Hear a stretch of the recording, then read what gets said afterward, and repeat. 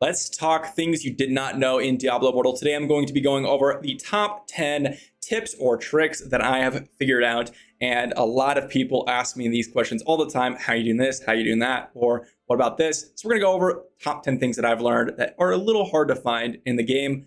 Let's jump into it.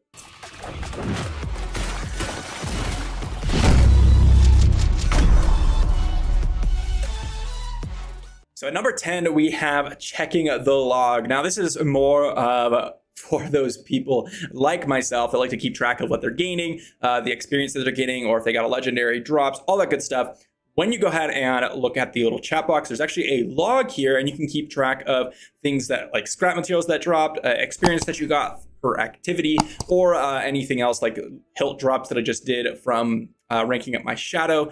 All that good stuff is in the log. Anything that happens really within the game in terms of progressing your character, in terms of XP or loot, will be tracked here. It'll be really nice for those of you that want to kind of figure out the impact of a treasure hunter Paragon tree or things like that that increase things like experience or loot drops over the course of a period of time. So definitely check your log if you're interested in any of that.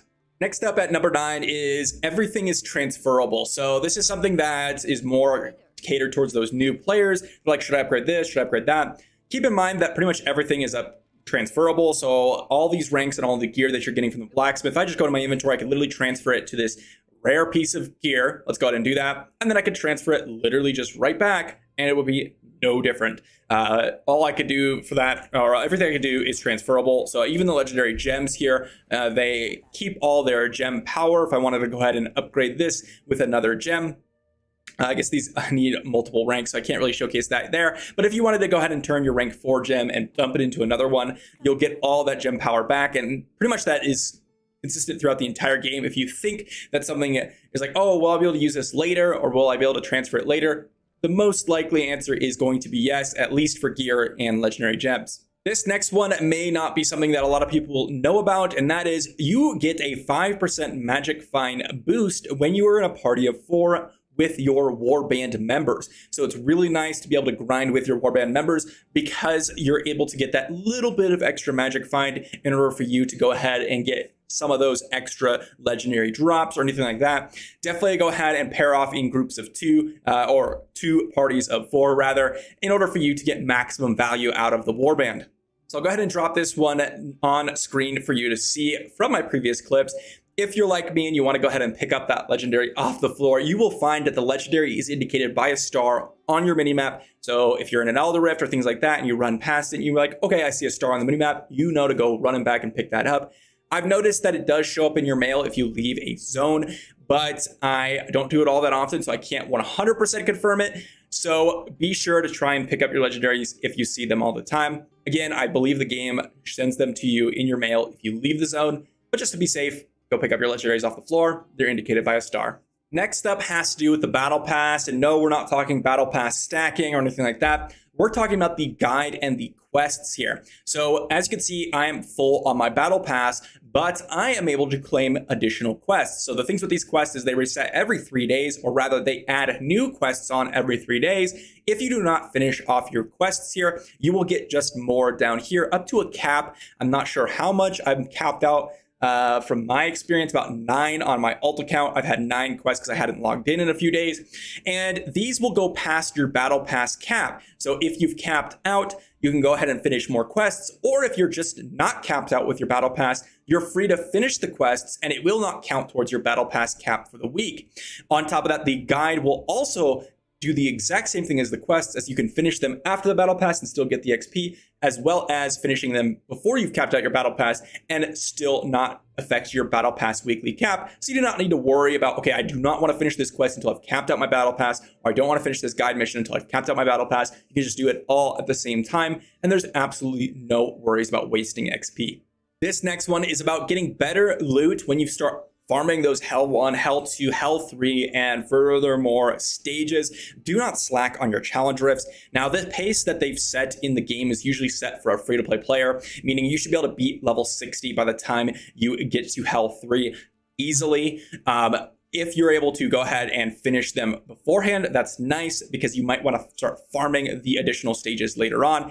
For example, I am able to farm Hell 3, and once I finish 60, I get bonus loot, or rather, it will improve items from challenge rifts, elder rifts, and cycle of strife activities, and from vendors to be equivalent to items found in Hell 3. What this means is I don't necessarily get bonus loot. I shouldn't say that, but I get instead quality of loot equal to what I want. Specifically from elder rifts and from gambling and things like that, I'll be getting better quality loot that will be more fitting of what type of level I am. So definitely go ahead and finish these when you get the chance as far as you can to increase the quality of your loot.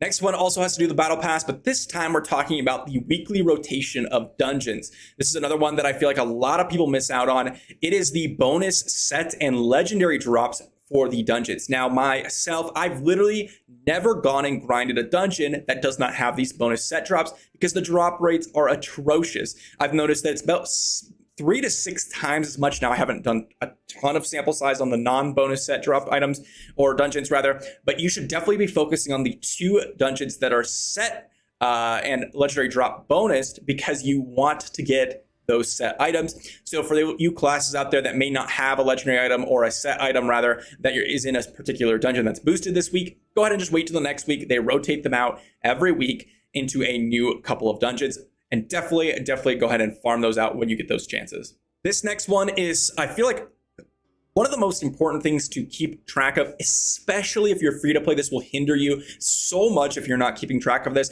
The Helliquary resets every Monday and Thursday, meaning this scoria that you can obtain by beating these higher level difficulties, you need to do every Monday, every Thursday, or at least before the next reset so you do not waste this resource and it disappears.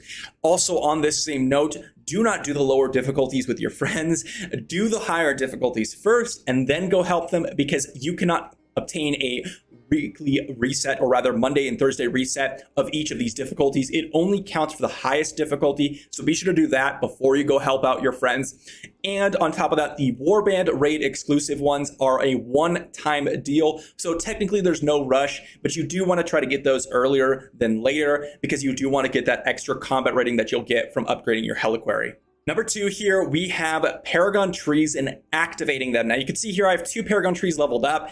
So this is really important for me. I have Survivor, which I will activate whenever I am doing PvP and those types of areas. And then I have Treasure Hunter, which I have active when I am farming. Now, I would prefer to dump all my points into Treasure Hunter, but my weekly reset just came up. So I will be probably doing that a little bit later because I wanted to wait until I go ahead and finish this battle for the Shadow War.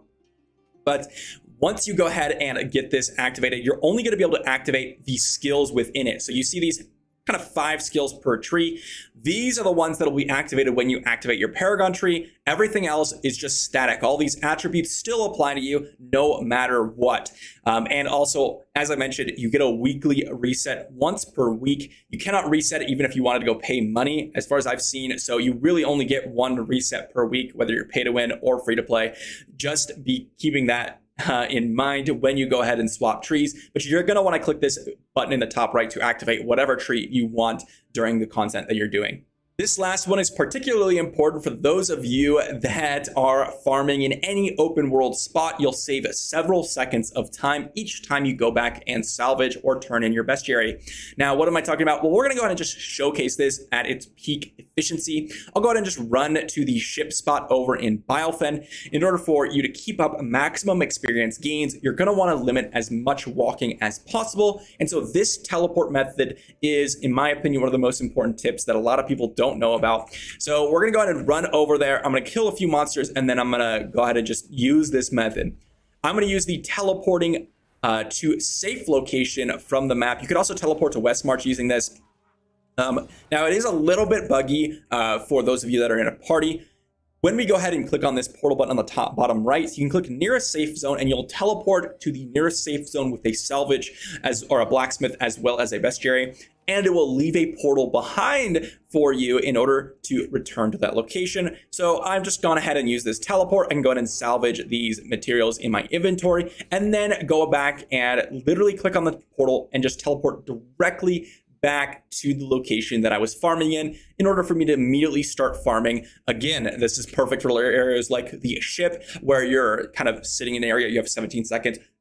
jump back, salvage, jump back again before the air monsters spawn again, so you lose no experience whatsoever. But it's important for any of those locations where you have to walk a long way in order for you to get back to your spot. So there you have it. There's the top 10 tips and tricks in this game. Let me know if there's anything that you know about that I did not mention in this video that you think might be unique in terms of learning in the comments down below. And I will see you for the next video.